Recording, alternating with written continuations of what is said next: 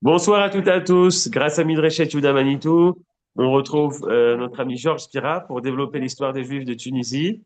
Et on arrive déjà à la période de la colonisation et également, je vais nous parler également d'antisémitisme comme sujet nouveau, entre guillemets. Tout à fait nouveau, tout à fait nouveau. Allez, le Depuis travail. Malek, on n'en avait jamais entendu parler. Merci, Johan. Bonsoir tout le monde. Alors, d'abord, avant de commencer, je vais vous livrer un scoop. Vous savez qu'on est en guerre. Alors, si jamais, pendant le cours, il y a une alerte, pendant la pré-alerte, on va continuer le cours parce qu'il n'y a pas de raison. Si ensuite les alertes, les vraies, celles qui nous préviennent, on suspendra le cours le temps que dure l'alerte et puis on reprendra après. Voilà, ça c'est pour le scoop de la soirée. Et puis on souhaite surtout à nos soldats et à nos aviateurs et à nos soldats sur le terrain au Liban qui rentrent en bonne santé et qui réussissent dans tout ce qu'ils entreprennent. C'est pour notre bénéfice et pas seulement le nôtre d'ailleurs, mais c'est d'abord pour nous. Donc, bracha ve'atzlacha pour notre armée. Voilà ce que j'avais à dire. Et puis j'ai des bonnes nouvelles. Déjà, le fait qu'on soit rentré en guerre il y a une semaine, c'est assez invraisemblable de dire une chose pareille, mais on était tellement sous tension, on va y aller, on va pas y aller, on va y aller, on va pas y aller, que quand ça s'est déclenché Shabbat il y a 8 jours, on a tous soufflé. On est plus tranquille maintenant, ça y est, il y a la guerre, on est tranquille. Réfléchissez un peu à ce que ça veut dire, c'est hallucinant. C'est hallucinant. Mais c'est vrai qu'on espère que tout va bien se terminer et qu'on sera enfin débarrassé de ces gens qui ne sont pas des gens, sont des bêtes féroces, ce sont des animaux, ce sont des gens qui massacrent leur propre peuple. Il y a rien à dire, il y a rien. Il n'y a aucune excuse à ce qu'ils font. Voilà, ça c'est pour le petit quart d'heure politique. Des bonnes nouvelles, j'en ai. Et c'est annoncé les fiançailles d'une petite fille d'Evelyne et Freddy Cizel. Et voilà, maintenant, période de guerre, donc un grand Mazal Tov. Et on espère beaucoup de bonheur à ce jeune couple. Et puis, deuxième bonne nouvelle, c'est nos amis Francis et Régine Marx, qui sont devenus encore une fois grands arrière-grands-parents d'un petit garçon. Donc, Mazel Tov, et il est tout frais, lui, il date d'aujourd'hui ou d'hier. Donc, grand Mazel Tov à eux aussi, la famille s'agrandit et Am Israël avec eux. Voilà. Donc maintenant, on rentre un peu dans le vif du sujet. Ah, je vous ai préparé un résumé un tout petit peu plus détaillé parce que depuis 8 jours, nous avons tous l'esprit occupé par autre chose et on a peut-être un peu oublié ce qu'on avait raconté il y a 15 jours. Donc j'ai un tout petit peu plus détaillé parce qu'on a d'autres choses qui nous passent dans la tête. Ce dont nous avions parlé, c'est que le protectorat s'installe en 1881 en Tunisie. Et ça va amener rapidement, notamment par le truchement de l'éducation, beaucoup de changements dans la société juive de Tunis et de toute la Tunisie. La famille se transforme, le jeune couple qui se marie n'habite plus sous le même toit que le père, donc le père perd son statut d'autorité, et donc la structure familiale change, et c'est important parce que ça va être déterminant dans les générations suivantes. Autre petit changement, mais qui est vraiment un changement profond, c'est que l'épouse mange à la table avec son mari. Pourquoi? Parce qu'avant, on avait des petites tables basses, le mobilier a changé, le lieu d'habitation a changé. On n'habite plus des petites maisons où toute la famille se réunit. Maintenant, ce sont des appartements dans des immeubles. Il y a moins de place, donc on ne peut pas regrouper toute la famille. Par contre, le mobilier change. Et notamment, au lieu de petites tables basses, on a maintenant une de grande table, une table de salle à manger et l'épouse mange avec son époux. Ça change considérablement son statut. Ça a l'air de rien, mais elle se retrouve au même niveau, au même rang que son mari. Franchement, il savait mieux vivre avant, hein. Mais bon, oh, j'ai rien dit. Autre changement vraiment important là, pour le coup, c'est que les familles se développant, devenant un peu plus aisées, on a de plus en plus d'horribles mariages mixtes entre des Twansa, des juifs tunisiens d'origine autochtone, et des Granats, des juifs de Livourne. Mais c'est une horreur, hein. des mariages mixtes, vous vous rendez compte, entre deux juifs de deux origines différentes. Oui, mais c'est un grand changement. Et les familles qui se constituent comme ça vont aller sur le chemin de la modernité et aussi de l'abandon partiel du judaïsme. C'est le corollaire, c'est comme ça. Voilà. Alors, on a effectivement progressivement une laïcisation des pratiques religieuses. Alors, on fait encore, bien sûr, les grandes fêtes pour faire plaisir à papa et maman. Shabbat, ah non, Shabbat, on travaille, on n'a pas le temps. Donc, Shabbat, on fera peut-être qui-douche, mais il faut quand même aller au magasin. Et voilà que petit à petit, on laïcise cette tradition juive tunisienne. Autre chose de déterminant, c'est que le français qu'on apprend soit à l'Alliance israélite universelle ou dans les écoles de la République qui sont installées en Tunisie, devient, au bout de la deuxième génération, véritablement la langue maternelle. Là, on en parle encore l'arabe, plus ou moins, mais la langue courante devient le français. Et donc, ça amène un petit peu des difficultés de rencontre, de langage, avec les générations précédentes. Toutefois, j'avais relevé qu'il y a environ 500 œuvres littéraires qui ont été traduites en judéo-arabe, de tout. Des livres de Kodesh, la Bible, mais aussi des romans de Balzac, des, des chants, des poèmes, etc. Et ça permet aux anciennes générations de garder, de s'ouvrir doucement et de garder un contact avec les nouvelles générations qui baignaient dans cette culture. On a des photos de famille aussi, où on voit les nouvelles générations habillées à l'européenne, un costume pour monsieur, une robe qui s'arrête en dessous du genou pour madame, et puis les anciennes générations habillées avec les habits traditionnels tunisiens, et on retrouve exactement le même phénomène en Pologne, d'ailleurs. On a des photos pareilles où on voit les jeunes générations en costume et les anciens en kittel et en streimel.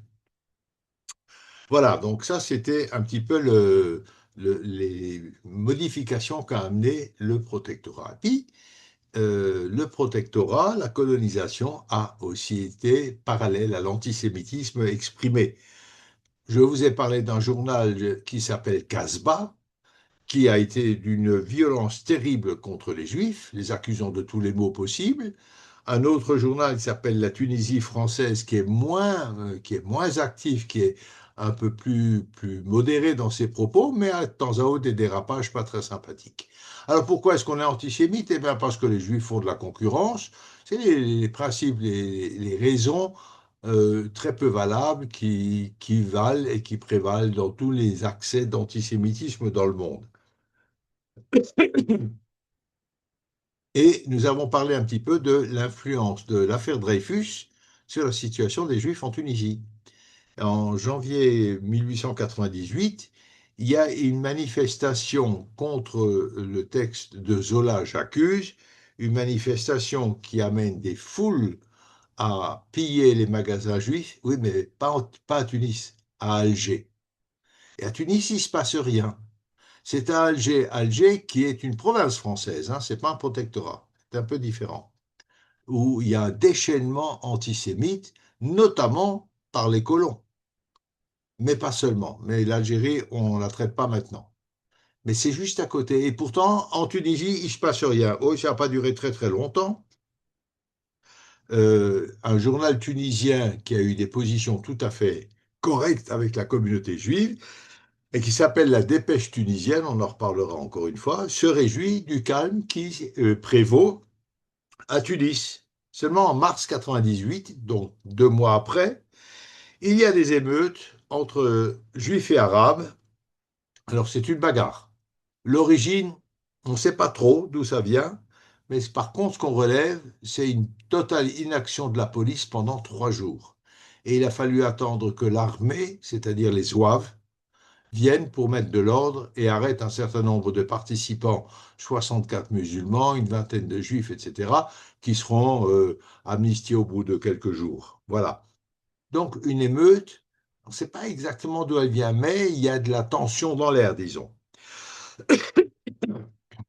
Alors cette fameuse Tunisie, elle est partagée entre des Dreyfusards et des anti-Dreyfusards. Ce qui est intéressant de noter, c'est que, alors qu'en France, on parle du juif Dreyfus, en Algérie aussi, on parle du juif Dreyfus, en Tunisie, on parle de l'Alsacien Dreyfus. On ne parle jamais du juif Dreyfus. Et ça, c'est très, très intéressant à noter, parce qu'évidemment, les Alsaciens, ayant été allemands jusqu'en 1914, euh, sont évidemment. Alors, vous savez qu'en 1870, quand l'Alsace a été conquise, une partie des Alsaciens sont partis en France que nous appelons la France de l'intérieur, c'est-à-dire la France authentique. Et ils ont toujours été suspects aux yeux des Français. C'est quand même des boches, hein, quand même, les Alsaciens. Donc, on n'a aucune confiance. Et on attaque Dreyfus parce qu'un officier alsacien, pas du tout parce que juif. C'est assez intéressant à noter, mais c'est encore un détail. Alors, après ça, je vous avais parlé de l'affaire du char de carnaval où on dépeint les anti-Dreyfusards sont présentés sous la forme d'un clown ridicule. Ça provoque un tollé, on demande des sanctions très sévères. Finalement, le grand rabbin de Tunis, le rabbin Borgel, va rencontrer le résident, donc le patron du protectorat, et il va faire une espèce d'allégeance, en tout cas reconnaître l'autorité de la France, et que les Juifs tunisiens ont toujours soutenu la France, même quand ils ont voulu conquérir la Tunisie, les Juifs tunisiens étaient de leur côté. Voilà. Alors, tout ça, ça nous amène à des demandes des Juifs tunisiens. Ils demandent deux choses. Ils demandent le rattachement à la justice française, c'est-à-dire d'être jugé par la justice française et non pas par les tribunaux musulmans. Et d'autre part, ils demandent la possibilité d'avoir une naturalisation française à titre individuel. Je précise, ils n'ont jamais demandé, contrairement à ce qu'on a pu penser, ils n'ont jamais demandé un décret Crémieux pour les Juifs de Tunisie. Mais ils ont demandé la possibilité de devenir français suite à des demandes individuelles. Alors, un certain Mardoché Smadja, qui est un journal, c'est le petit-fils de l'ancien grand rabbin de Tunis, édite une brochure qui explique ce qu'on souhaite, et tout ça, ça paraît dans le journal qu'il produit, qui s'appelle La Justice. Un journal qui va durer de 1907 à 1914, et où il défend la position des Juifs d'une façon assez ferme sur les deux points, possibilité de naturalisation et rattachement à la justice française. Voilà. Alors, la naturalisation est pratiquement impossible pour toutes sortes d'entraves que je vais vous développer encore une fois tout à l'heure. Il fallait être au moins depuis 3 ans en Tunisie. Enfin, je vous expliquerai ça tout à l'heure. En tout cas, il y a des impossibilités techniques qui font que on est d'accord pour naturaliser les Juifs, oui, seulement avec des conditions telles que pratiquement on n'est pas d'accord. Voilà grosso modo ce qui se passe. Alors, en ce qui concerne la justice, là, il y a toutes sortes de propositions. Les propositions de rattacher les Juifs à la justice française, proposition de modifier la justice tunisienne, proposition de supprimer la justice tunisienne totalement et que tous les citoyens de Tunisie, musulmans, juifs ou autres, soient rattachés à la justice française. Et alors là, il y a une opposition des colons français. Bon, ils veulent bien pour les juifs, mais pas pour tous les musulmans, quand même, il ne faut pas exagérer. Parce que déjà, on risque aussi de les heurter. Ils ont leur tradition culturelle. Il ne faudrait pas s'opposer à leur tradition. Et il y a un monsieur qui s'appelle Nessim Haddad, qui publie un journal qui s'appelle Le Défenseur, et qui a une position beaucoup plus nuancée sur cette histoire de justice et de naturalisation. Alors, plus nuancée parce que, on en était là et on va continuer, parce que ces différentes propositions sont soumises au comité colonial qui siège soit à Marseille, soit à Paris, et qui prend les décisions concernant les colonies françaises. Et on n'arrive toujours pas à une décision. Le défenseur demande la possibilité de naturalisation ouverte aux Juifs remplissant certaines conditions. Mais il demande, par contre, là, il demande l'extension de la justice française pour tous les Juifs de Tunisie. Au mois d'octobre 1909, il y a un meeting à l'hippodrome de Tunis qui est organisé par la justice, ce fameux journal de Haddad, pour obtenir l'extension de la justice française aux Juifs tunisiens. Alors, les expatriés français apportent leur soutien à cette demande, pas à la naturalisation, mais à cette demande, oui, pour des raisons là aussi commerciales, parce qu'au moins les juifs et les chrétiens seront jugés à la même aune, si vous voulez, à la même justice, quand il y a des problèmes dans les affaires. Alors, il y a des milliers de personnes et beaucoup de dépêches de soutien à ce comité.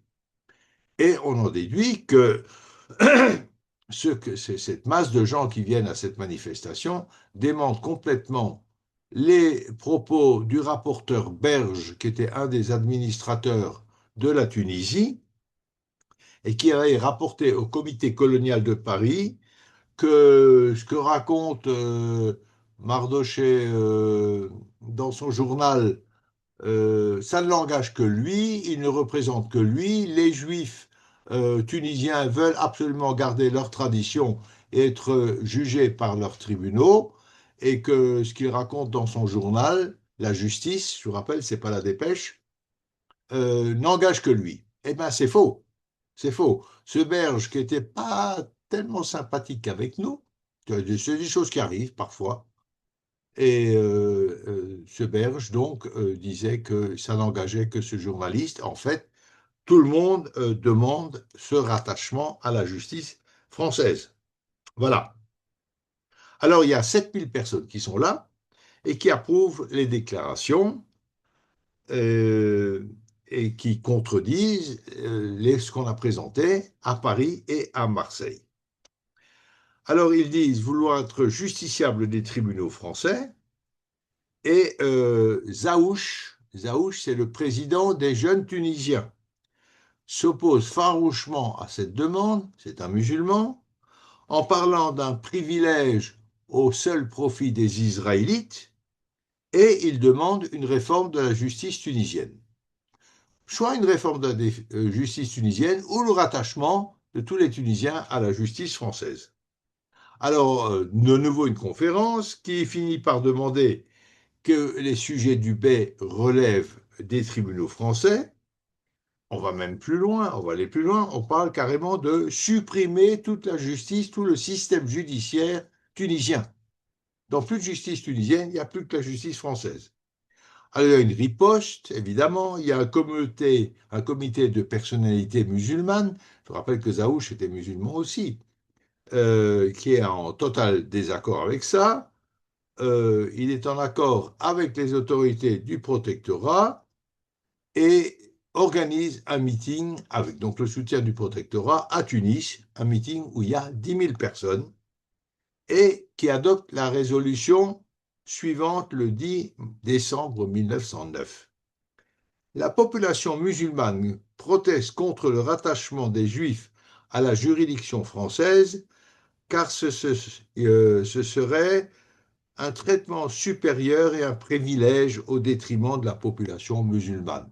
Je ne vois pas en quoi, puisqu'ils ont leur justice traditionnelle, mais bon, on pointe le bout du nez, on n'aime pas beaucoup les juifs chez les arabes, c'est nouveau, ça vient de sortir. Voilà.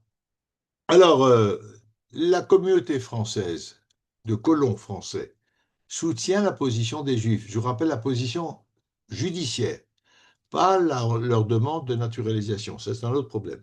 Mais elle soutient la demande judiciaire des Juifs, mais la population musulmane s'y oppose, et donc l'administration française trouve là un excellent prétexte pour ne pas se mettre à dos la population musulmane, de refuser le rattachement des Juifs de Tunisie à la justice française. Maintenant, l'accès à la nationalité française, c'est un autre problème. Relever de la justice française serait possible si on était de nationalité française. Ça, c'est facile à comprendre. Et donc possible grâce à la naturalisation. Naturalisation qui est autorisée par décret du 3 octobre 1910. Donc l'autorité française accepte la naturalisation des juifs tunisiens à titre individuel, mais évidemment avec des petites conditions qu'il fallait remplir. Un monument d'hypocrisie, un, une merveille de contournement d'une loi qu'on promulgue soi-même. Voilà les conditions. Il faut avoir 21 ans, ça semble normal, et résider depuis au moins 3 ans en Tunisie, en Algérie ou en France. Il faut parler et écrire le français, c'est une demande tout à fait légitime, encore aujourd'hui. Encore aujourd'hui, pour avoir la nationalité française, il faut parler et écrire le français. Il faut avoir un engagement volontaire dans l'armée.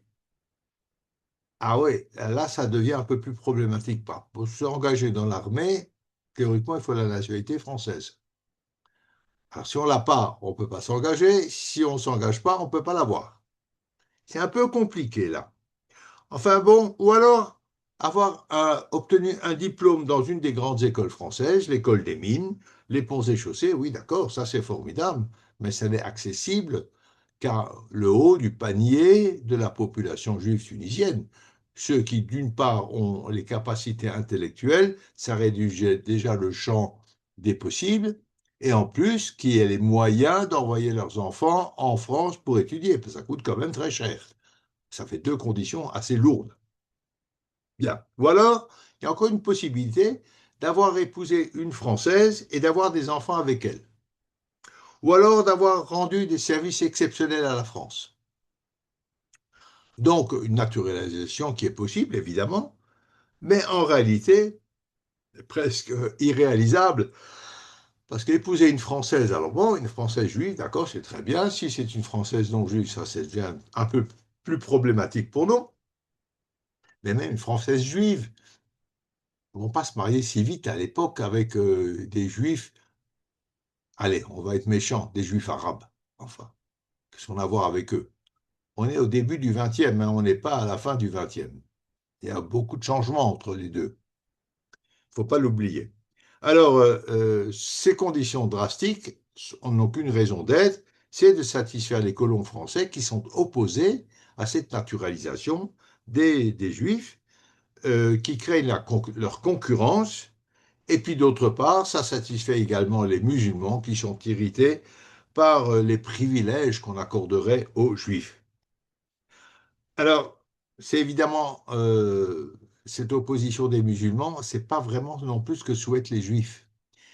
Et les juifs de Tunisie vont se diviser sur ce sujet, les uns acceptant ce qu'ils reçoivent en disant, bon, formidable, on peut devenir français, c'est un petit peu compliqué, d'accord, mais enfin, on peut le devenir. On s'arrête là. Les autres réclamant plus d'ouverture et disant qu'ils ne sont pas du tout satisfaits de cette proposition. Résultat, en tout cas, il est le suivant. En 4 ans, on aura 93 juifs tunisiens qui auront été naturalisés. Autant dire peanuts, zéro, rien. Il y en a eu en 1911 33, en 1913 18, en 1914 22, bref, en 4 ans, 93 naturalisés, c'est franchement très très très très peu.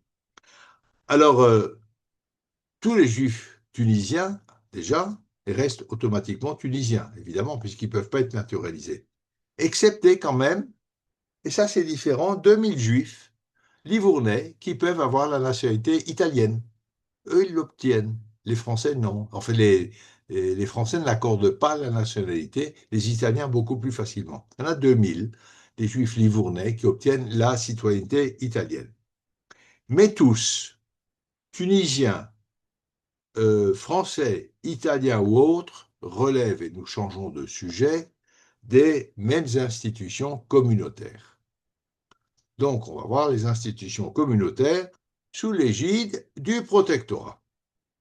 Alors, dès l'institution du protectorat en 1881, la communauté envisage la création d'un consistoire central similaire au consistoire central de France.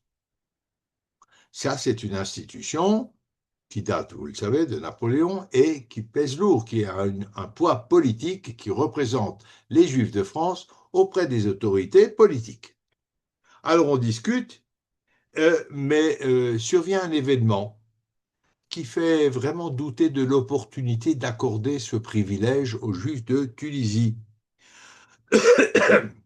Une réforme aussi radicale, ça pourrait être dangereux, on va voir tout de suite pourquoi. Fin 1886, la municipalité de Tunis réglemente les pompes funèbres. On est loin du consistoire central. Alors, qu'est-ce qui se passe dans cette histoire-là? D'une part, il faut tout de suite noter que les musulmans ne sont pas concernés par cette réforme et qu'ils restent sur leur ancien système pour ne surtout pas heurter leurs croyances. Voilà. Mais c'est la municipalité de Tunis, donc c'est pas le protectorat, on fait un petit peu l'œil dessus quand même, hein, un petit peu. Voilà. Alors, qu'est-ce qui se passe? Le transport et l'inhumation des défunts de la communauté juive sera dorénavant assuré par une entreprise privée, moyennant évidemment une rétribution qui est fixée par l'autorité. Alors, les Juifs ne sont pas contents du tout parce que ça va vraiment à l'encontre de leur tradition. Comment est-ce qu'on faisait auparavant? C'est une attribution essentielle de la communauté. C'est la communauté qui se charge de l'enterrement et de la pierre tombale, etc., d'un défunt de la communauté. C'est rendre un devoir religieux à quelqu'un qui est décédé et faire de ce devoir, qui est véritablement un devoir et un engagement, une opération mercantile au bénéfice d'une société privée quelconque. De plus, il y a une introduction de classe, les riches ayant de plus belles pierres tombales ou des enterrements plus somptueux, les pauvres ayant des enterrements un petit peu à la va-vite. C'est un non-respect de l'égalité devant, devant la mort. Et puis en plus, c'est retirer une source de revenus à la communauté qui prélève. Alors là, c'est important. Vous allez me dire, s'il paye à une société privée ou pour la poche de la communauté, on paye toujours. Ben, non, pas exactement comme ça.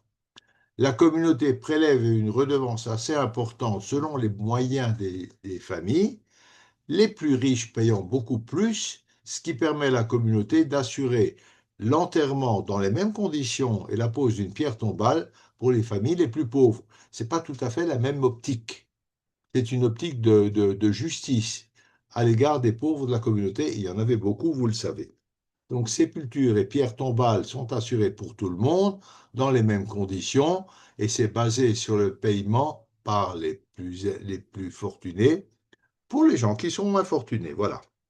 Alors, impossible de trouver un compromis avec l'administration et ce décret entre en vigueur, les dates sont importantes, le 20 mars 1887. Et ce jour-là, le 20 mars 1887, la communauté organise deux enterrements sans passer par l'administration. Ils font la forte tête.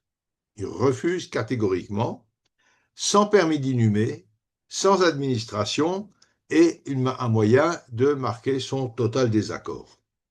Alors, la police est là, elle ne parvient pas à maîtriser, à empêcher une foule énorme qui se rend au cimetière pour accompagner ce défunt, ces deux défunts, et elle n'arrive pas à les empêcher d'entrer au cimetière. La troupe est obligée d'intervenir pour disperser les manifestations et il y aura pas mal d'arrestations. Ça va pas durer très très longtemps, mais on arrête pas mal de monde. Ça, c'était c'est ce que je dis, le 23 mars. Hein. Le 20 mars. Le lendemain, le 21, on remet ça. On décède, hein. Ça arrive tous les jours dans les grandes communautés. Il y a encore de nombreuses manifestations en ville au cri de, là, les cris sont lourds, à bas la municipalité, à bas la France, vive l'Italie. Ça, on n'aime pas beaucoup au gouvernorat. Ça sent pas très bon. Un juif est blessé par coup de feu, c'est pas très très méchant tout ça, mais quand même. Et le lendemain, le 22, tous les magasins juifs restent fermés. On fait grève. Ça montre une farouche détermination de cette communauté à ne pas se laisser prendre ce privilège, cette mitzvah de Gimilut Chasadim, c'est ça, on l'appelle comme ça en hébreu, et de ne pas se laisser prendre cette possibilité. Alors la fièvre va retomber, évidemment. Des négociations vont être entamées avec la résidence qui aboutiront à un accord qui satisfait la communauté juive et on ramène les traditions et on ramène le calme. Sauf que une méfiance s'est installée. On ne voit plus exactement le gouvernorat de la même manière, ni la municipalité. Euh, alors, pourquoi? Je vais m'arrêter un instant, si vous voulez bien, parce qu'on est exactement dans cette période-là, pour vous raconter une petite histoire souriante que j'ai rien à voir, hein, rien à voir, sauf que ça se passe en Tunisie et que j'ai découverte aujourd'hui. Voilà, c'est l'histoire suivante. Au XIIe, XIIIe siècle, il y avait beaucoup de potiers et de céramistes en, en Tunisie. Et l'apogée de ces céramistes se situe au XVIIe siècle. Et puis au XVIIe siècle sont venus des céramistes en Italie, en Espagne, qui ont fait une concurrence terrible aux céramistes tunisiens. Alors, céramique, c'est ce que vous voyez aussi. On voit de la céramique arménienne ici, ou de la céramique de Chevron également. C'est très, très beau. Ce sont des carreaux, ce sont des panneaux, ça peut être des vases peints à la main et émaillés. Et puis, toute l'industrie potière tunisienne s'effondre. Ça se situait dans un quartier à La Fine où il y avait les potiers. Fin du XVIIe siècle. Et puis, en 1850, il y a un monsieur qui s'appelle Chemla, qui était euh, qui encaissait les impôts au bénéfice de l'État. L'État, on est à l'époque du Bey, c'est pas encore le protectorat. 1850, 1881, c'est le protectorat. Et ce monsieur Chemla connaissait un des architectes de la résidence. Et cet architecte lui dit, tu sais, on aimerait bien décorer certains monuments ou certains bâtiments de la résidence avec des panneaux, avec des céramiques tunisiennes. Et voilà notre bonhomme Chemla qui se construit un four à flamme directe sur la céramique et qui commence à faire de la céramique. Ah, ça ne marche pas très très bien. Ça ne fonctionne pas bien, et il faut trouver la bonne température. Il découvre le métier tout seul. Mais quand même, il finit par réussir à tel point qu'en 1887, il produit une très belle jarre en céramique qui est exposée aujourd'hui au Mage à Paris. Et puis ça fonctionne. Alors il installe plein de panneaux de céramique en 3 couleurs. Enfin, en tout cas, en bleu, en jaune, en vert, mais pas en rouge. Parce que la poterie ou la céramique tunisienne et ottomane ne connaissaient pas le rouge. Et puis ça fonctionne très très bien. Ça marche bien. Et il se développe à tel point que son fils le rejoint. Ils ont un atelier avec 120 ouvriers, excusez du peu, on est là après la Première Guerre mondiale déjà, et il y a une Américaine qui sponsorise ce monsieur Chemla, et du coup, il vend ses panneaux de céramique dans toute l'Amérique, très très grosse boîte. Bien, arrive la guerre. Les Allemands sont en Tunisie, l'usine, elle est spoliée, la villa de M. Chemla, elle est prise par les Allemands, et bon, après la guerre, il redémarre, mais c'est difficile, c'est difficile. 56, les Juifs sont expulsés. Il vient s'installer à Paris, et qu'est-ce qu'il fait à Paris? Il réinstalle un four, et il recommence ses céramiques. Et il a une réputation mondiale, il a installé des trucs dans les pays arabes, on le sollicite d'un peu partout, des États-Unis aussi. Et il y a actuellement une exposition à Paris des céramiques de cette famille Chemla. On en est à la quatrième génération maintenant, la quatrième étant une jeune femme qui s'appelle Victorine, je crois, Maharek, c'est son nom de mariée, qui est cardiologue, mais qui a lâché pour s'occuper de céramique et de continuer la tradition de la céramique de la famille Chemla en y introduisant des éléments un peu plus modernes, évidemment, et surtout le rouge. Ce fameux rouge que le monde ottoman ne connaissait pas et qui était connu dans d'autres parties du monde arabe. Pourquoi je vous ai raconté ça entre guillemets au passage? Parce que cette affaire démarre en 1881, exactement la période dont nous parlons. Famille Chemla. Je referme la parenthèse et on revient à des choses plus sérieuses. Encore que c'est une jolie petite histoire qui nous fera un petit peu sourire au passage, puisqu'elle est sympathique finalement. Voilà. Alors j'en reviens, on se calme, mais il y a une méfiance qui s'est instaurée. Alors, le résident général de Tunisie est plutôt favorable aux Juifs. Mais, alors ça, vous allez être étonné, qui c'est qui s'oppose le plus? Le Quai d'Orsay. Tiens, encore une découverte là. Le Quai d'Orsay. On le retrouve chaque fois qu'il y a un problème avec les Juifs. Mais chaque fois. Ça a commencé en 1860 avec l'affaire de Damas. Alors, le Quai d'Orsay est opposé à un consistoire central, craignant qu'il ne devienne un centre d'opposition à la politique française en Tunisie. Un consistoire central qui serait une force politique. C'est pas tout à fait faux non plus. Mais c'est pas forcément une force d'opposition. C'est pas leur intérêt d'ailleurs.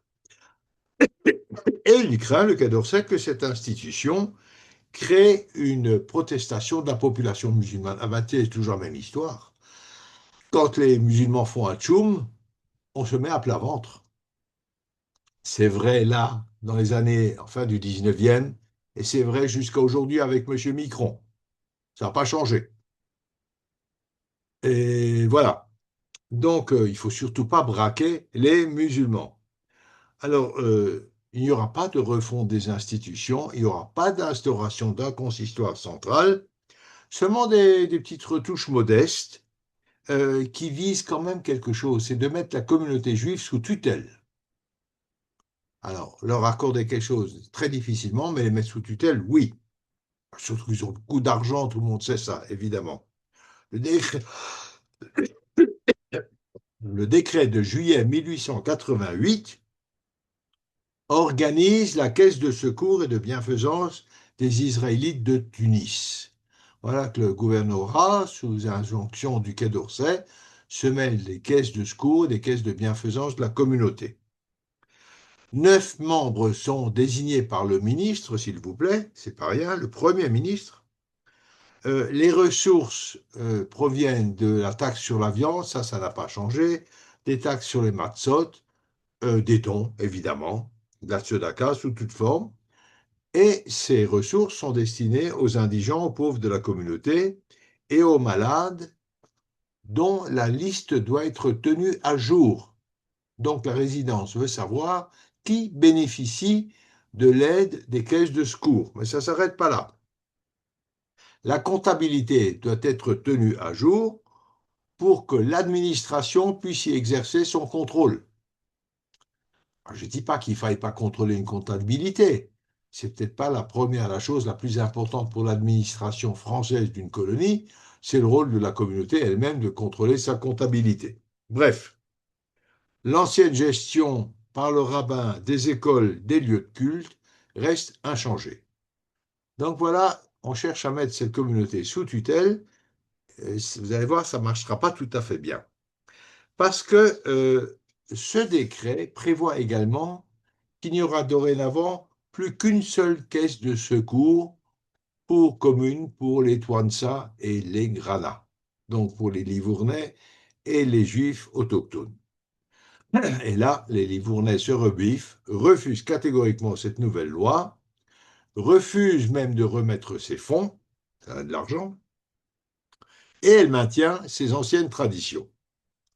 Accord sur les taxes de la viande, rappelez-vous, les taxes sur la viande cachère étaient partagées 15% pour les granats, 85% pour les twansa. C'était un vieil accord qui avait été convenu entre les rabbins.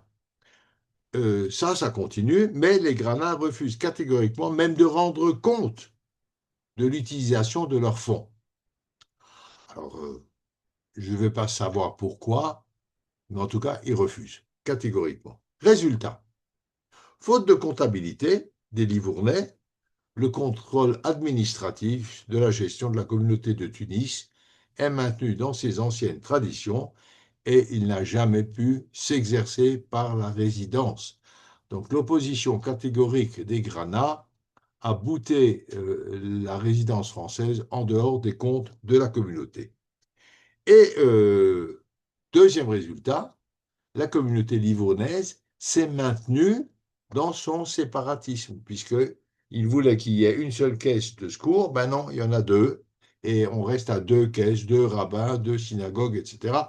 Avec tout ce qu'on peut en discuter, mais c'est une affaire interne à la communauté, ça ne concerne en aucun cas le protectorat. Donc voilà ce qui s'est passé. Alors au cours des années, il y aura quand même plusieurs retouches qui seront amenées à cette gestion de la communauté.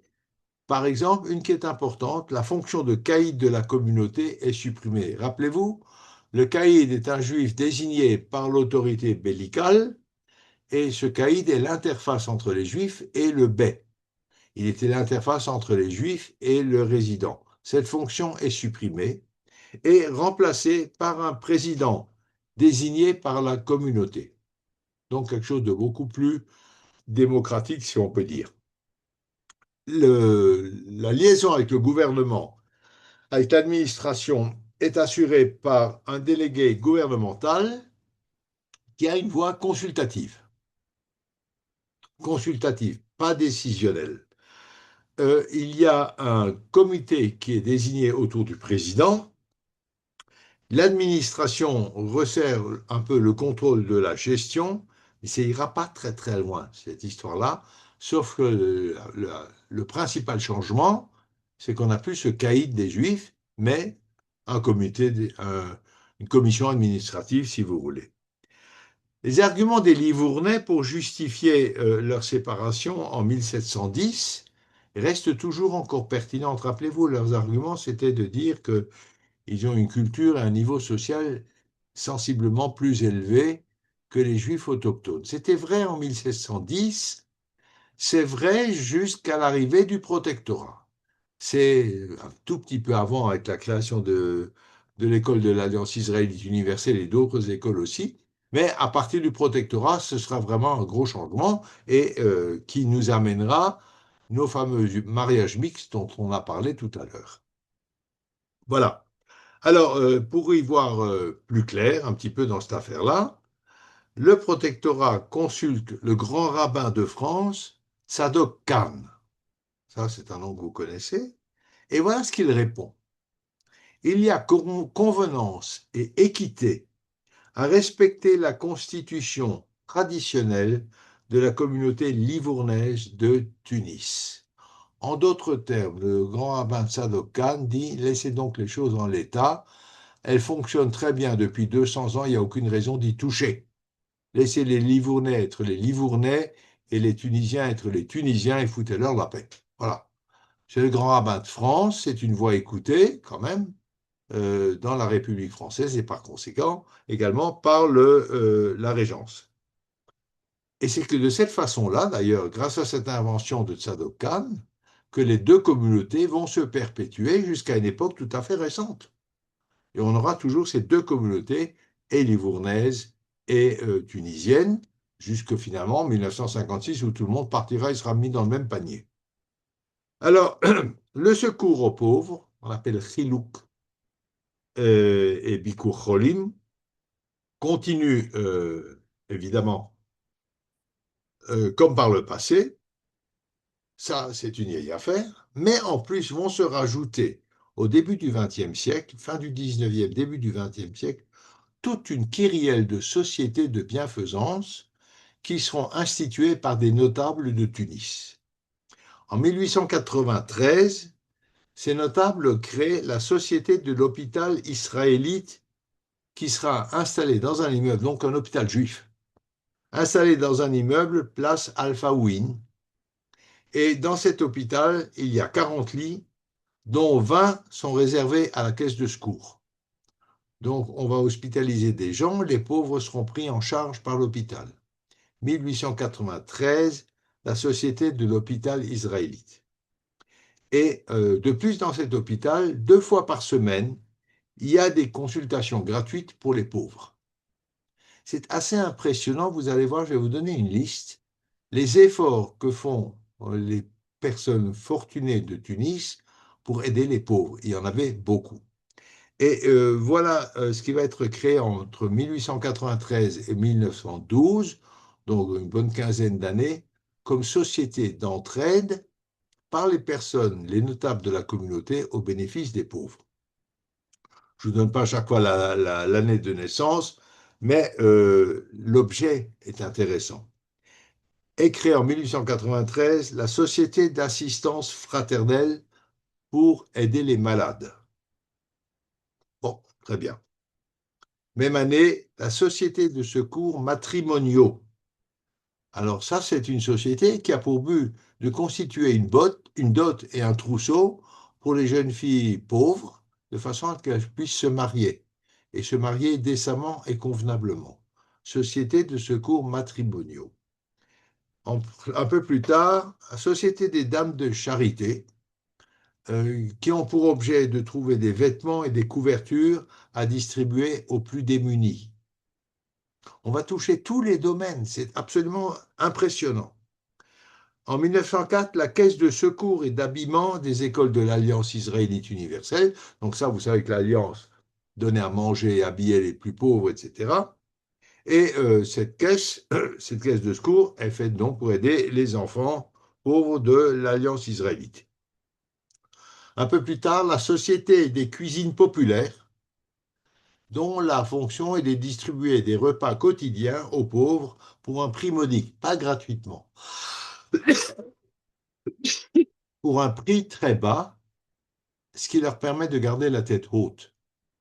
Et ça, c'est très beau, cette façon de faire. Un peu plus tard, on va créer la Société de l'asile de nuit pour les gens qui dorment dans la rue.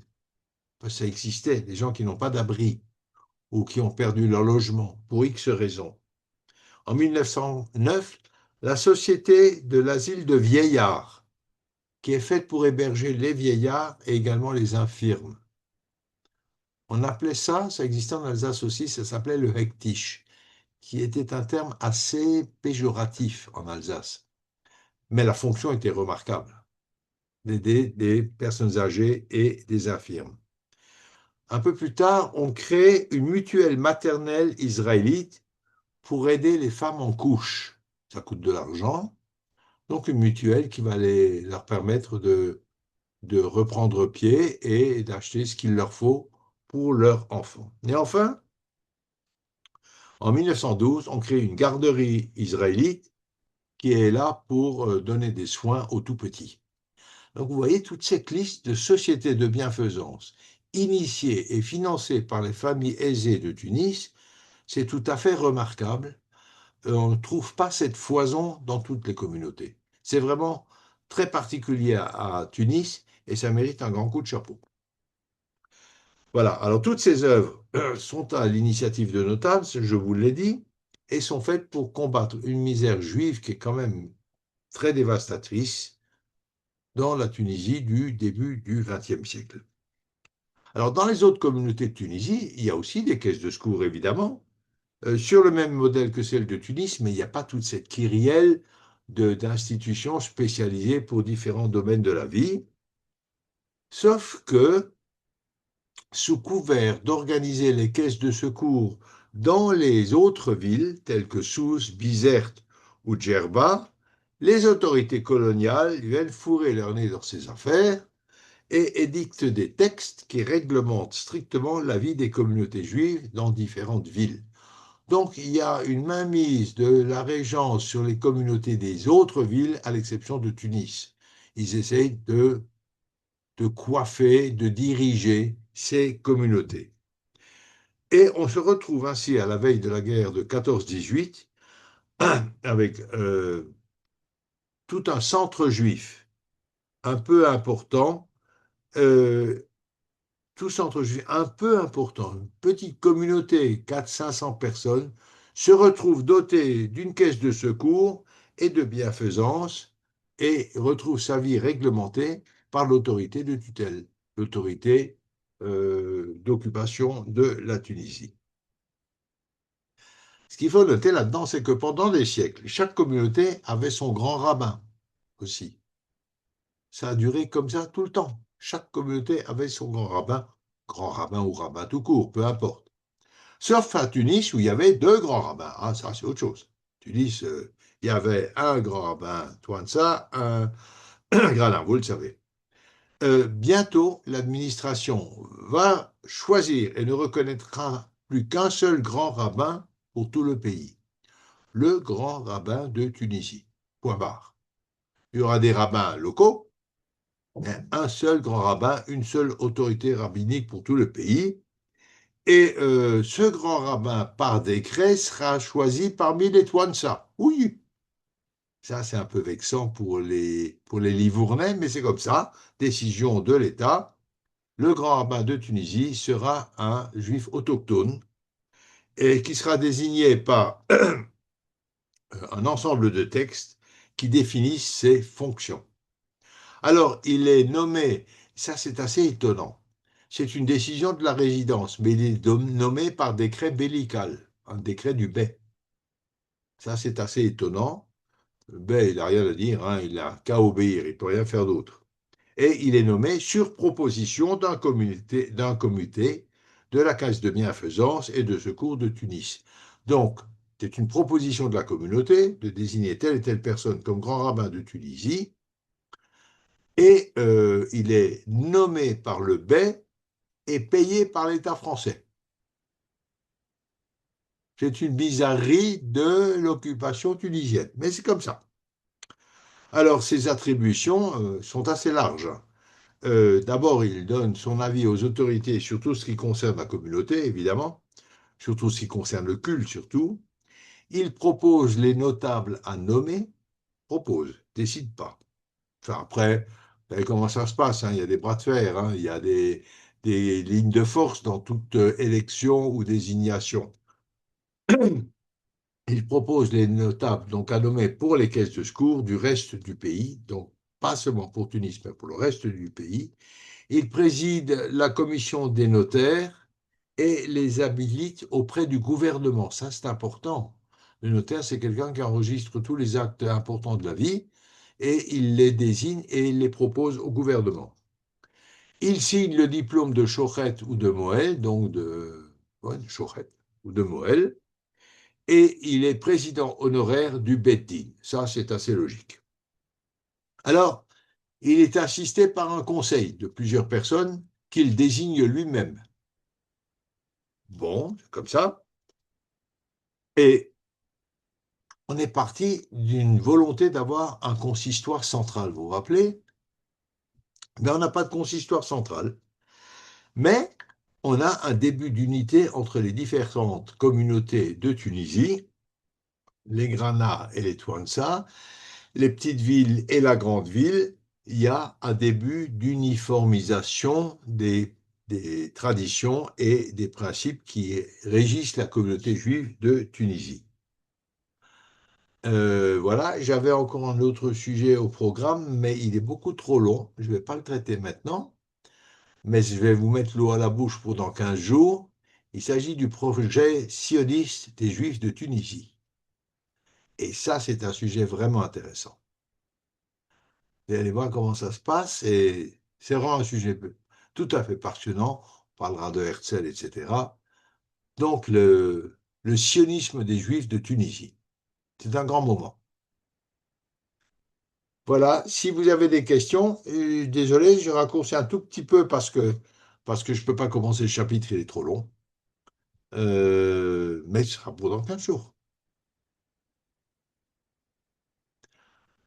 Voilà, alors vous ouvrez vos micros et puis vous me posez des questions. Si je sais répondre, c'est bien, mais je promets rien.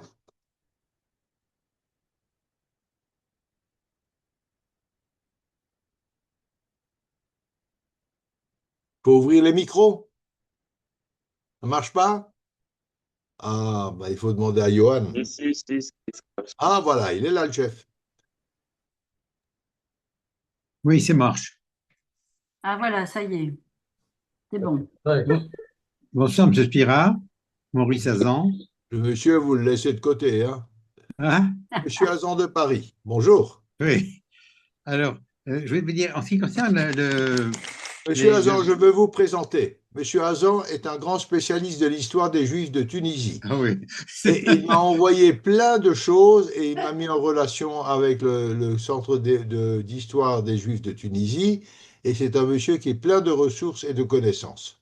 Oh là là, je vais être obligé de ne plus parler, je vais raccrocher, je ne veux plus rien dire. C'est un Ils vont être gradin ou un déçus. Svenza? Ah, je suis un toit de ça, par mon père et par ma mère. D'accord. Ma mère est une Cohen et mon père était Toinsa. Toinsa d'origine constantinoise par mon grand-père paternel, Ah, Azan. Voilà. Je vais vous dire, quand vous dites, quand vous dites, quand vous dites, quand vous dites que le grand rabbin était payé par la France, Oui. mais c'était à l'époque où tous enfin, les curés, les rabbins étaient payés par le gouvernement. C'est avant la loi avant la séparation de l'État et de Non, non, l'Église. attention, là, il y a une confusion, monsieur Hazan. Oui. Il y a une confusion. Ça, c'est une décision de Napoléon et ça concerne les curés, les rabbins et les pasteurs en France. Mais là, on parle d'un rabbin qui est tunisien et qui n'est pas français. Oui. Non, mais c'est par extension, je pensais. Ah oui, bien sûr, c'est peut-être par extension, mais c'est assez étonnant qu'un citoyen Oui. étranger soit considéré comme un fonctionnaire français et payé par l'État français. C'est simplement un sujet de curiosité. Ça s'arrête Je là. pensais que c'est une extension pour faciliter la gestion. Ils ont pris ce qui existait Oui, sauf peut-être. qu'il est tunisien, il n'est pas français. Oui. Pour la sphère Chomelin, j'ai jamais entendu parler de cette famille. Enfin, je connais les Chomelin. Je vais me voir à Paris. Il y aura une exposition sur Oui, il y a une exposition. Écoutez, je ne l'ai pas sous les yeux, mais je vous l'envoie tout à l'heure. Je vous fais un petit message et je vous avec l'envoie. plaisir. Mais vraiment, je ne connaissais pas cette histoire de Tunisie. C'est là maintenant au mois de mars, hein, jusqu'au 26 mars, je crois. Bon, je me permets de vous dire, pour terminer, est-ce que vous avez reçu mon invitation pour la réunion? Tout Ah à oui, fait. vous n'avez Tout pas à pu fait. participer. Tout à fait. Non, je ne suis pas arrivé. Vous savez, on est un petit peu occupé ici, hein. Non, mais simplement, je voulais savoir si je ne m'étais pas trompé d'adresse ou de. Non, tout est bon, tout est bon. Voilà, j'ai Aucun pas eu de vos problème. Je vous nouvelles, je me remercie suis dit, beaucoup. peut-être ça vous concerne. Mais d'accord, très Et je bien. vous avais répondu d'ailleurs, je vous avais répondu. Ah Je vous bon? envoie Oui, tout à peut-être. l'heure l'adresse de cette exposition. Elle Mais, dure, je crois, jusqu'au 26 mars. merci, je laisse la parole. Mais non, merci beaucoup. Si vous avez des informations, tout le monde est preneur. D'autres questions? Mais il faut ouvrir vos micros, hein. Vous pouvez parler, mais il faut ouvrir vos micros.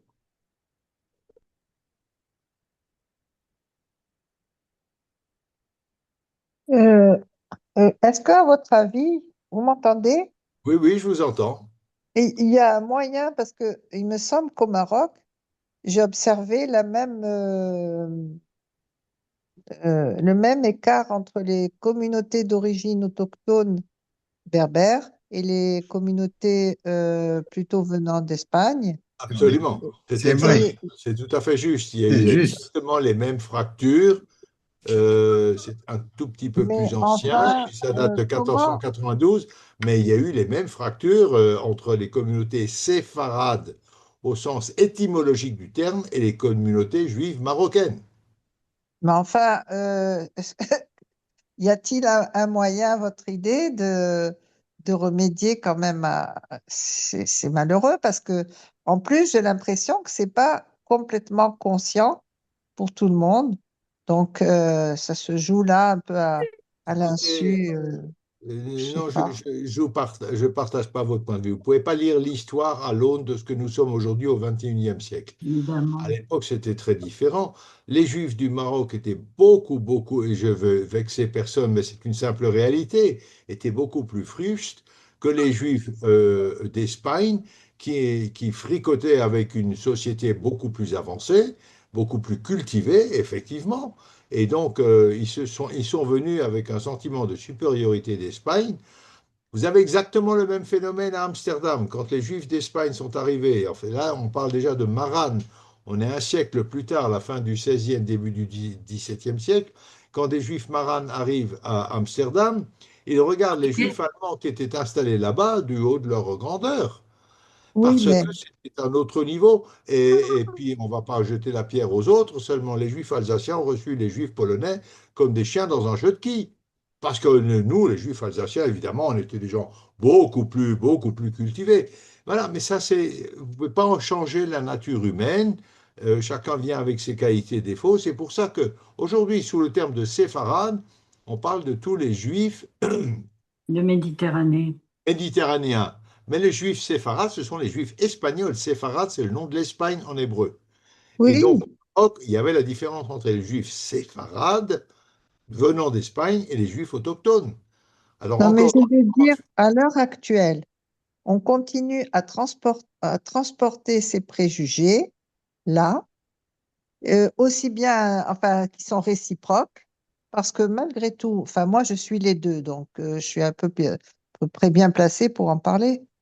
Euh, les Juifs berbères, ils ont quand même euh, résisté depuis très longtemps, depuis oui, depuis le premier siècle. quasiment hein, le Depuis premier le siècle. premier siècle. Ils ont résisté enfin, jusqu'à présent, ils sont comme les gardiens du judaïsme dans le pays. Et ils ont traversé, bien sûr, des aléas où ils ont parfois été convertis de force, ou bien ils sont morts pour ne pas être convertis de force, ils sont morts volontairement, etc. Mais du coup, il y a quand même un respect qui se doit à chacune des deux communautés. Mais Les autres, personne ne s'ils dit, ont une culture supérieure, mais ce qui personne ne n'est... dit le contraire. Madame Moreau, on n'est plus Oui, au début, ou à la fin du 19e ou au début du 20e siècle. Les choses ont changé. Parfois, ça peut prendre du temps. Vous avez une opposition encore aujourd'hui entre juifs ashkénazes et séfarades. Les choses se lissent avec le temps, petit à petit. Tout le monde devient un peu plus intelligent. Le racisme ne consiste pas à regarder la différence de l'autre, mais de le considérer comme inférieur à cause de sa différence. C'est ça le eh racisme. oui, Mais ben oui, constater et constater une vérité, oui, non, c'est pas un crime. On est différent par notre culture, par notre éducation. Ça ne veut pas dire que l'autre il soit moins bien. C'est ça le racisme, c'est de le considérer comme moins bien en raison de sa culture. Eh bien, je oui. pense que ça, petit à petit, c'est en train de se gommer. En Israël, on a aussi encore des petits problèmes de ce genre-là, notamment au niveau des yeshivot. Mais là aussi, ça se lisse petit à petit. Il faut laisser le temps à ce que les choses se gomment. Et d'un autre côté, à titre personnel, mais c'est un point de vue qui ne m'engage que moi, je voudrais pas qu'on perde les particularismes de chaque communauté parce que c'est une extraordinaire richesse. Il ne faut pas Eh ben lisser oui, le judaïsme, il ne faut pas lisser toutes les traditions religieuses. non. Les différences ne portent absolument jamais sur l'essentiel.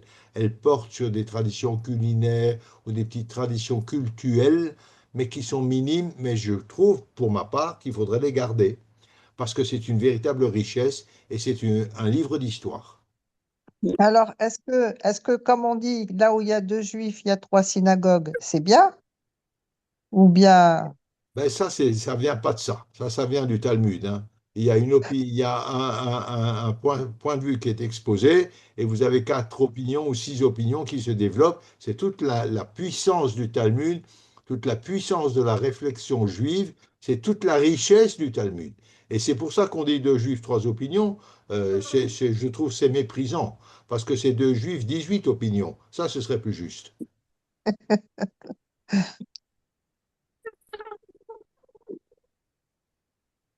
Voilà, autre chose?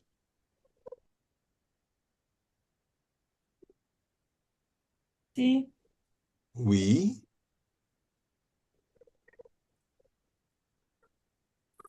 D'autres questions? Je voulais Daniel. mentionner quelque chose. Euh, quand il y avait une cour intérieure et tout autour, il y avait des appartements Oui. et la famille habitait là-bas, ça s'appelle une oukala. Une. O-U-K-E, accent grave, L-E, accent grave. D'accord. Oukala. Et je ne sais pas maintenant ce qu'il y a là, mais moi je sais dans les années 60, ça existait toujours dans la Hara. Bah, évidemment, la Hara n'a pas été reconstruite. Elle est restée sur Ouais. l'ancien modèle. Sauf que Et je les me Juifs. rappelle, j'avais été à un mariage, et justement, c'était dans un de ces appartements autour de Mais Daniel, on en une a cour comme ça. parlé. On en a parlé la dernière Je fois, je comprends. crois. C'est que Oui, les oui. gens, dès qu'ils ont eu les moyens, ont quitté la Hara, où on vivait effectivement avec une cour intérieure des appartements ou des chambres tout autour, et on est rentré dans Oui, des immeubles, et ça a oui. fracassé un système social qui était très ancien, puisqu'avant, toute la famille était sous un même toit, et là, on était dans des appartements modernes.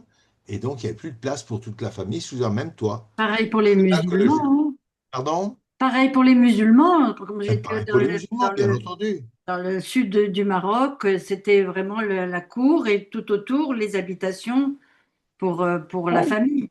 Alors ici, en Israël, on voit beaucoup de musulmans qui construisent une maison et chaque fois qu'un couple se marie, on rajoute un étage. Exactement, ouais. Donc là, on a maintenu cette structure sous une autre forme physique, mais on maintient la structure. En ce qui concerne les Juifs de Tunisie, à partir du moment où ils se sont un tout petit peu enrichis, ils sont sortis de la hara qui était difficile à vivre, qui était malsaine, qui était humide, qui était confinée, et puis ils sont allés dans des appartements modernes et ça a vraiment fracassé quelque chose, clairement.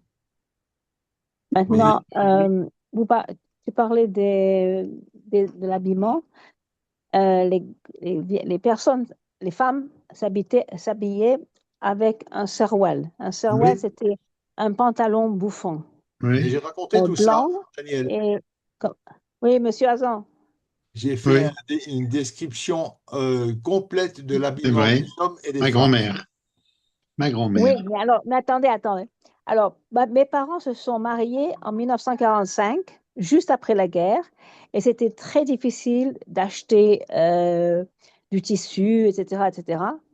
Ma mère a pris le serwal de sa grand-mère, elle l'a mis à plat complètement, Et elle elle en a a fait une robe. repassé, lavé, repassé, et elle s'est fait la robe de mariée. Je peux t'envoyer une photo.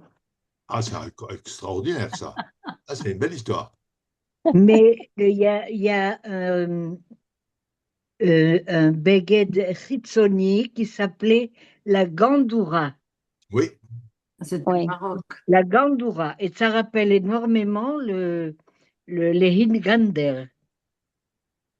mais la Gandora, c'était au Maroc, c'était pas en C'est au Tunisie. Maroc, oui, oui. En Algérie. En Algérie. Non, non. Peut-être, Ah, peut-être À, aussi. peut-être, Mais à peut-être. Constantine, pour le Leila Seder, tout le monde, toutes les femmes et les petites filles, les jeunes filles, avaient leur gandoura, un habit Une très, tunique. très joli et très. Le cafetan.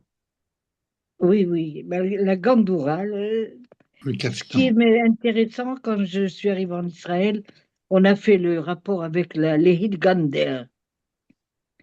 Les Hitgander, Ça c'est veut dire habillé quoi? joliment. ah, Ah, ouais, c'est possible. Oui, Mais on trouve Ah, encore des Gandoras aujourd'hui, en Israël. Il met ça pour la bimouna. Non.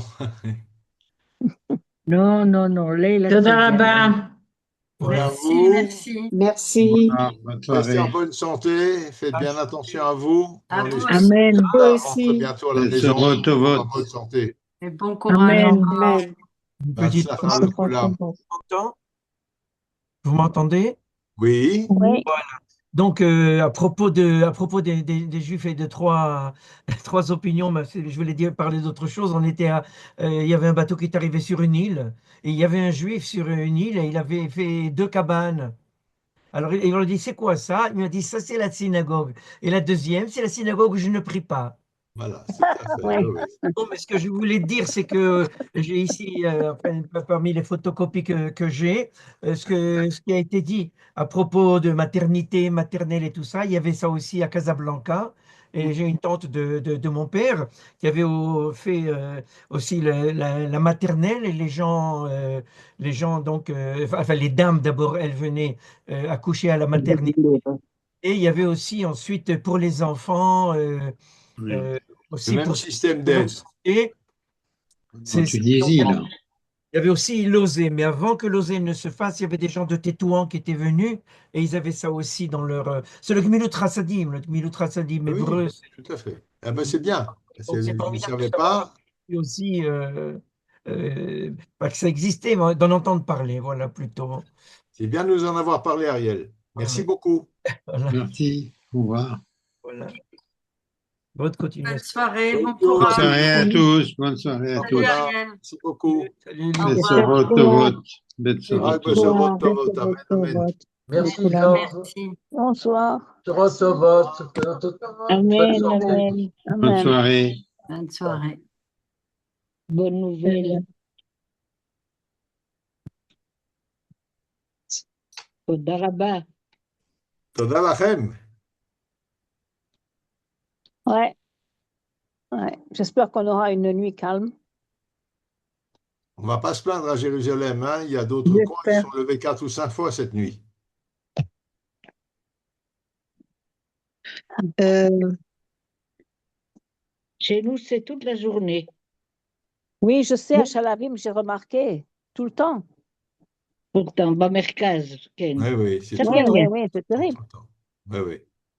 Il y a Shir la Maalot et il y a Kadosh Baruch Hu. Ça nous aide pas mal quand même, je crois. מאוד, מאוד. Ouais. Shakoach, Laila Tov. Gloire le Soudain. Koulam. À Allez, bientôt. bonsoir, ouais. Monsieur Spira, vous savez comment on fait pour rentrer en contact, par exemple, avec Monsieur Carciente, qui a l'air d'être de Casablanca, comme moi? Pas du tout. Pas du Pas tout. du tout, hein. Et Hmm. peut-être qu'il vous entend, il Demandez essaiera à, d'entrer en contact avec vous. Je ne sais pas. Je ne sais pas si c'est À vrai. Johan. écoutez, si vous m'envoyez, je peux lui demander si je peux vous donner son numéro de téléphone. Oui, je vous donne mon numéro de téléphone. Vous me donnez votre numéro de téléphone et je lui demande. Moi, je n'aime pas donner le numéro de téléphone, je demande d'abord la Oui, permission. oui, oui. D'accord? Je tourne mon téléphone, c'est marqué au dos. Alors, vous me Alors, dites, c'est vous êtes, hein? Daniel, Daniel. Moi aussi, je suis Daniel. Catalan Daniel, avec un K. Daniel, oui, K-A-T-A-L-A-N. Catalan avec un K. oui, d'accord. Et puis, Téléphone, c'est plus 33 vous avez en le France. WhatsApp? Oui, oui. D'accord. 33, Plus 33, 74, oui, 98, oui, 46, oui. 2, 3, 8. D'accord, c'est noté. C'est gentil, Daniel. Merci. Il n'y a pas de point. Entre Daniel, on peut très bien dire que c'est bien. Oui, comme on dit, quand une Daniel rencontre une autre Daniel, de quoi elle parle? Des histoires de Daniel.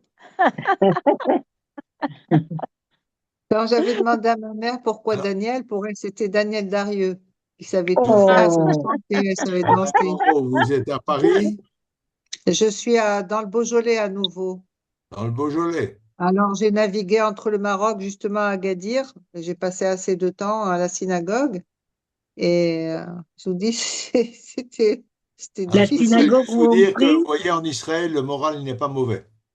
Le moral est bon. Ben oui, c'est ce que je vois, vraiment. Oui, Tous mes Baruch compliments. Hashem.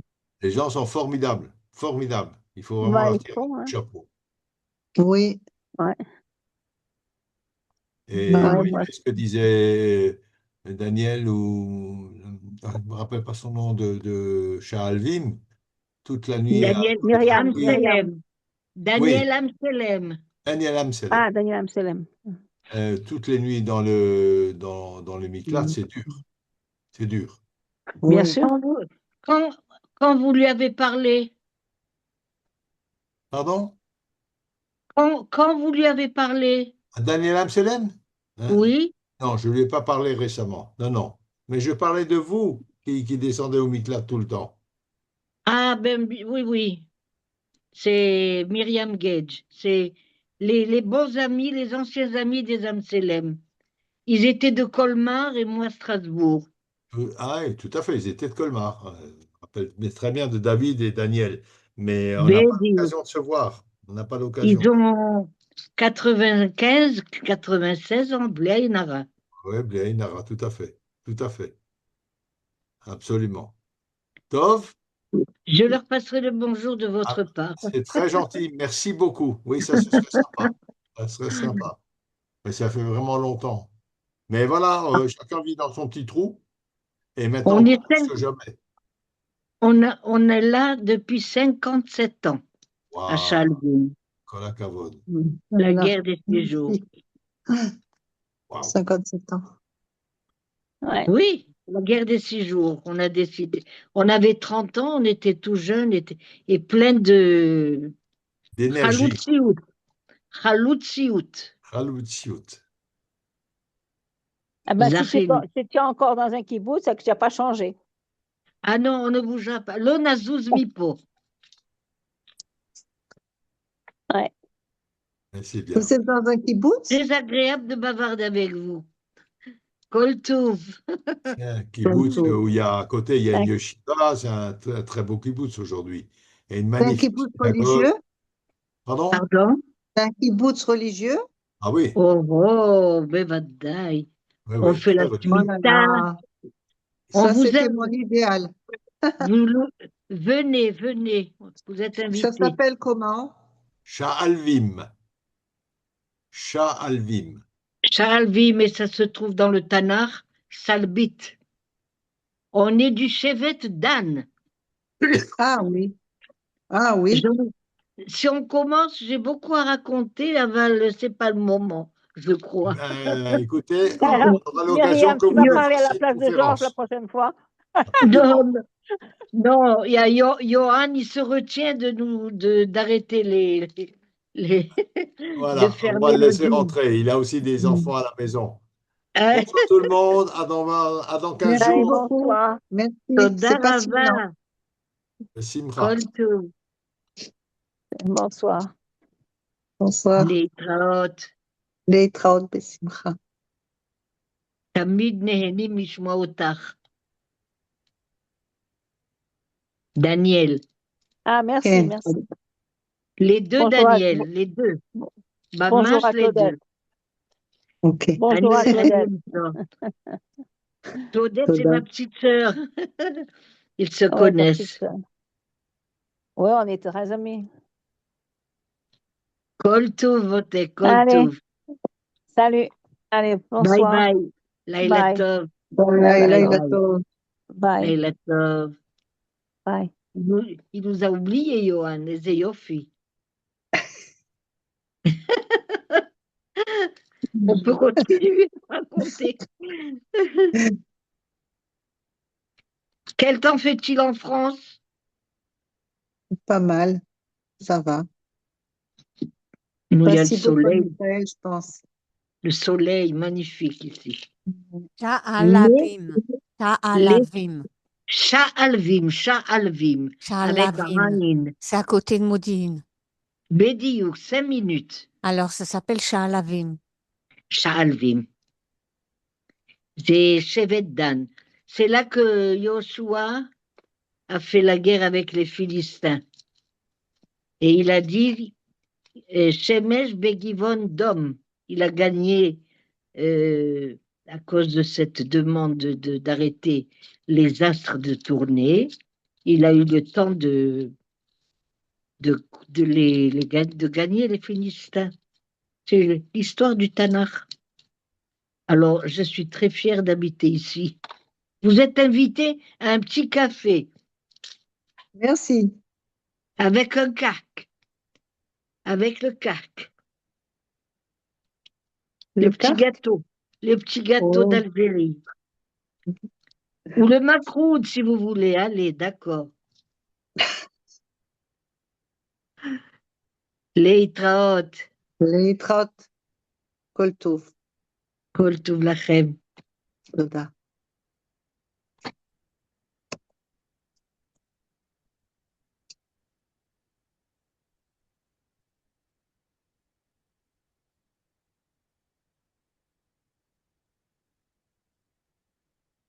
Vous